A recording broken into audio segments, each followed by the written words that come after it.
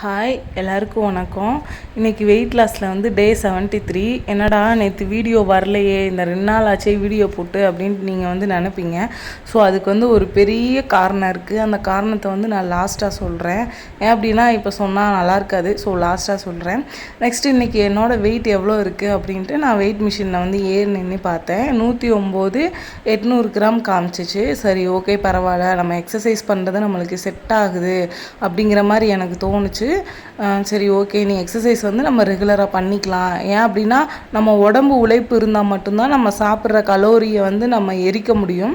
அதே மாதிரி extra calorie வந்து ஏறாமல் இருக்கும். நம்ம டயட்டில் மட்டுமே கான்சன்ட்ரேஷன் பண்ணோம் அப்படின்னா, ரொம்பவும் கம்மியாக சாப்பிட்டோம் அப்படின்னா அல்சர் வரும். அதே மாதிரி டக்குன்னு கம்மி பண்ணிவிட்டு வெயிட் லாஸ் பண்ணிவிட்டு அப்புறம் திரும்ப சாப்பிட்டோம் அப்படின்னா திரும்ப வெயிட் போட்டுரும். ஸோ இந்த மாதிரி நிறைய காரணம் இருக்குது. அப்படிங்கிறனால என்னோடய டயட் வந்து ஓரளவுக்கு நம்ம வீட்டில் நார்மலாக சாப்பிட்ற மாதிரியே தான் இருக்கும். ஆனால் என்ன, நான் ஃபஸ்ட்டு வந்து அதிக அளவில் எடுத்துக்கிடுவேன் சாப்பாடு எல்லாமே. நிஜமாகவே ஒரு வாட்டி சாப்பிடுவேன். நான் சாப்பிட்டுட்டு அதுவும் எனக்கு பிடிச்ச பருப்பு, தக்காளி இந்த மாதிரி சாப்பாடுனா வயிறு ஃபுல்லாக இருக்கும். எனக்கு வயிறு ஃபுல்லாக இருந்தாலுமே திரும்பவும் சாப்பிடுவேன் நான். ஸோ அந்த மாதிரி இருந்தவங்க தான் நான்.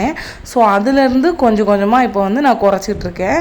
ஸோ நிறைய பேர் வந்து அது பண்ணாதீங்க, இது பண்ணாதீங்க அப்படின்ட்டு எனக்கு வந்து சஜஷன் சொல்வீங்க. ஸோ இந்த மாதிரி எடுத்துக்கோங்க, உருளைக்கிழங்கு சாப்பிடக்கூடாது, பூரி சாப்பிடக்கூடாது, ஸோ இந்த மாதிரி நிறையாவது எனக்கு சொல்கிறீங்க. ஓகே, அதை எல்லாமே நான் மாற்றிக்கிறேன். எனக்கு வந்து இந்த ஒரு எண்ணம் தான், நம்ம டக்குன்னு எல்லா சாப்பாடுமே நம்ம கம்மி பண்ணிட்டோம் அப்படின்னா அல்சர் வந்துடும். ஏன் அப்படின்னா எனக்கு ஏற்கனவே அல்சர் இருந்து அதுலேருந்து நான் கொஞ்சம் மீண்டு வந்தவ தான்.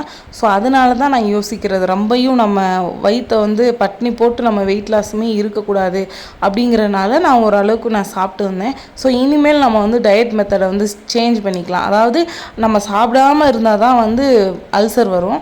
ஸோ சத்தான காய்கறிகள், கீரைகள் இந்த மாதிரி எடுத்துக்கிட்டு எது எது தேவையில்லையோ அதெல்லாம் ஒதுக்கிக்கலாம் அப்படிங்கிற மாதிரி நான் யோசிச்சு வச்சுட்டேன். அதே மாதிரி இனிமேல் ரெகுலராக நம்ம எக்ஸசைஸுமே பண்ணலாம் அப்படின்னு நான் நினச்சிட்டேன். எப்பவும் போல் நான் வந்து சுடுதண்ணியும் ஜீரா வாட்டரும் குடிச்சு முடிச்சிட்டேன். இன்றைக்கி வந்து நான் காலையில் என்ன சாப்பிட்டேன் அப்படின்னா, சாப்பாடும் பட்டாணி குழம்பும் தான் நான் வீட்டில் வச்சுருந்தேன். ஸோ இதுதான் இன்றைக்கி நான் காலையில் வந்து நான் எடுத்துக்கிட்டேன். வேறு காய், பழம் எதுவுமே இல்லை. அதுவும் இல்லாமல் இன்றைக்கி வந்து கொஞ்சம் வெளியில் போக வேண்டிய வேலை இருந்துச்சு.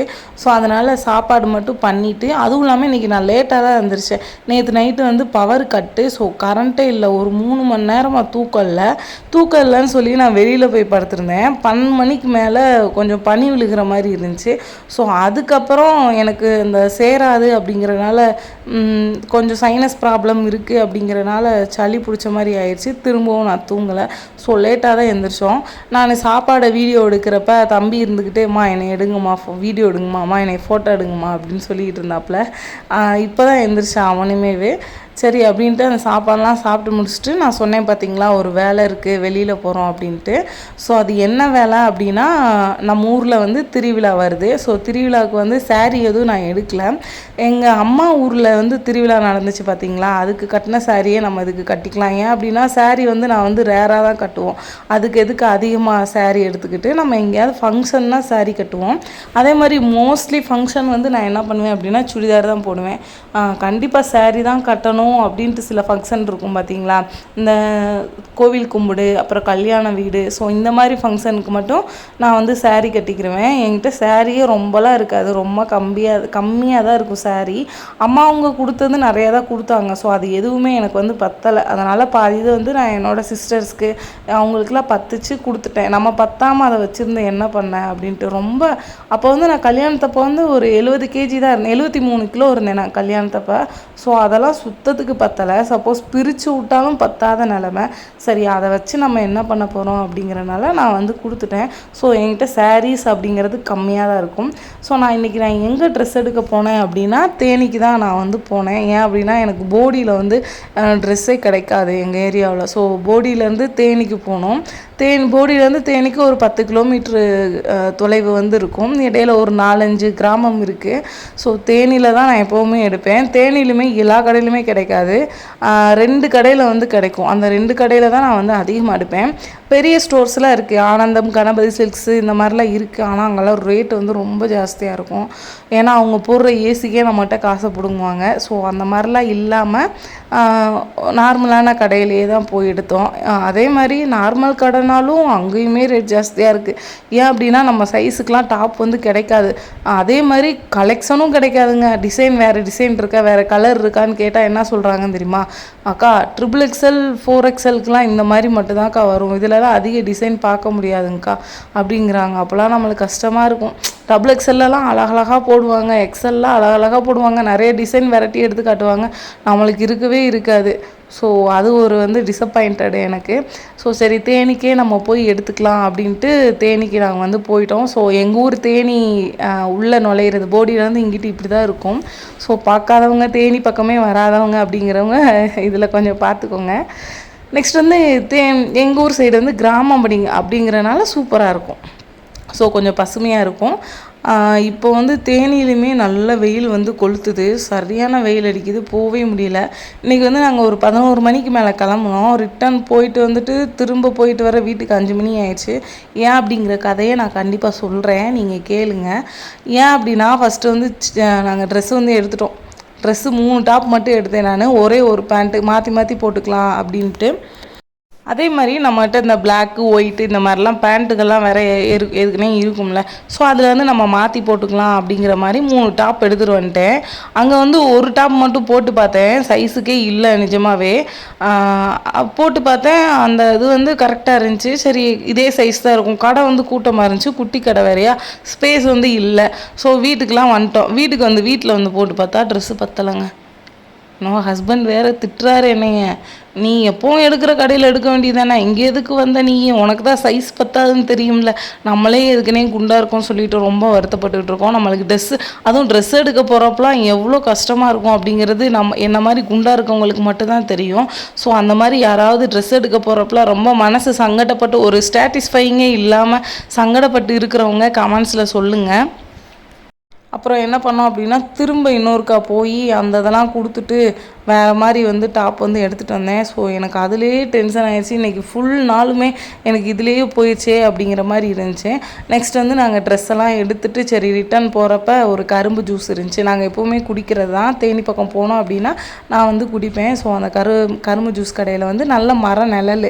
ஸோ அடிக்கிற வெயிலுக்கு அப்படியே அங்கேயே நின்றுலாங்கிற மாதிரி இருந்துச்சு. பைக்கையும் கொஞ்சம் நேரம் அங்கே போட்டுட்டு ஜூஸ் வந்து குடிச்சிக்கிட்டு இருந்தோம். ஸோ கரும்பு ஜூஸ் தான். இந்த இனிப்பு வந்து நம்ம வந்து எடுத்துக்கலாம். ஒயிட் சுகர் வந்து நம்ம அவாய்ட் பண்ணிக்கலாம். இதுவுமே அதிகமாக எடுக்க வேணாம். ஸோ எப்போயாவது வந்து எடுத்துக்கலாம்.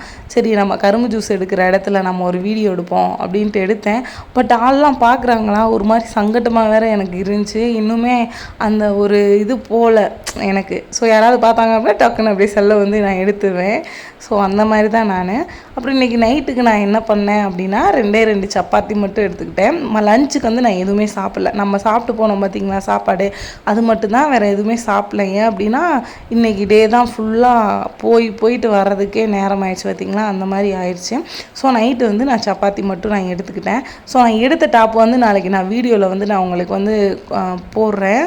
ஸோ அது உங்களுக்கு நல்லாயிருக்கும், எனக்கு பிடிச்சிருக்கு. சரி நீங்களும் பார்க்கலாம் அப்படின்ட்டு. அப்புறம் இன்னொரு விஷயத்துக்கு வருவோம். நான் சொன்னேன் பார்த்தீங்களா, ஏன் 2 நாளாக நான் வீடியோ போடல அப்படின்ட்டு. வீடியோலாம் பாருங்களேன், 12 நிமிஷம் 14 செகண்ட் வீடியோ இன்சாட்டில் நான் எல்லாமே பண்ணிட்டேங்க.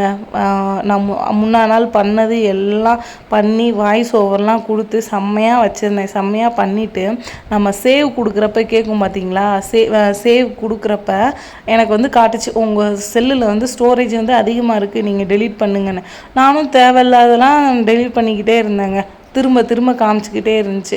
சரி திரும்ப காமிக்குதே அப்படின்னு சொல்லிட்டு வாட்ஸ்அப்பில் நம்ம சேட் பண்ணது அது இதுன்ட்டு எதுக்குள்ளே போய் நான் இது பண்ணேன் அப்படின்னா ஃபைல்ஸ் அப்படிங்கிறது இருக்கும் பார்த்திங்களா, அதுக்குள்ளே போய் நான் டெலீட் பண்ணேன்.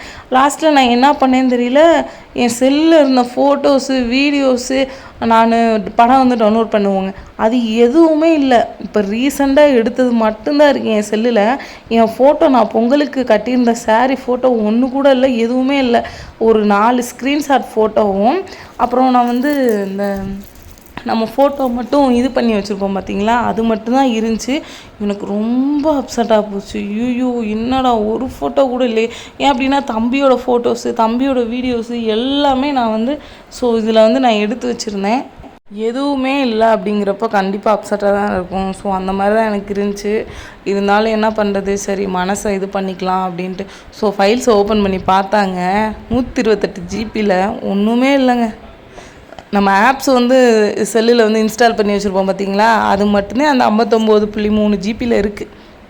ஒரு ஃபோட்டோவில் ஒரு வீடியோவில் எதுவுமே இல்லை. அப்படியே தொடச்சிட்டு போயிடுச்சு. ரொம்ப கஷ்டமாக இருந்துச்சு எனக்கு. சரி இருந்தாலும் அப்புறம் இன்னொரு மாதிரி நான் மனசை தேர்த்திக்கிட்டேன். Okay, new life new beginning அப்படிங்கிற மாதிரி நம்ம புதுசாக எல்லாமே பண்ணுவோம் அப்படிங்கிற மாதிரி மனசை வந்து நான் தேர்த்திக்கிட்டேன். என்னோடய டே வந்து இந்த மாதிரி தான் போச்சு. நாளைக்கு இன்னொரு வீடியோவில் வந்து நம்ம பார்க்கலாம். பாய்.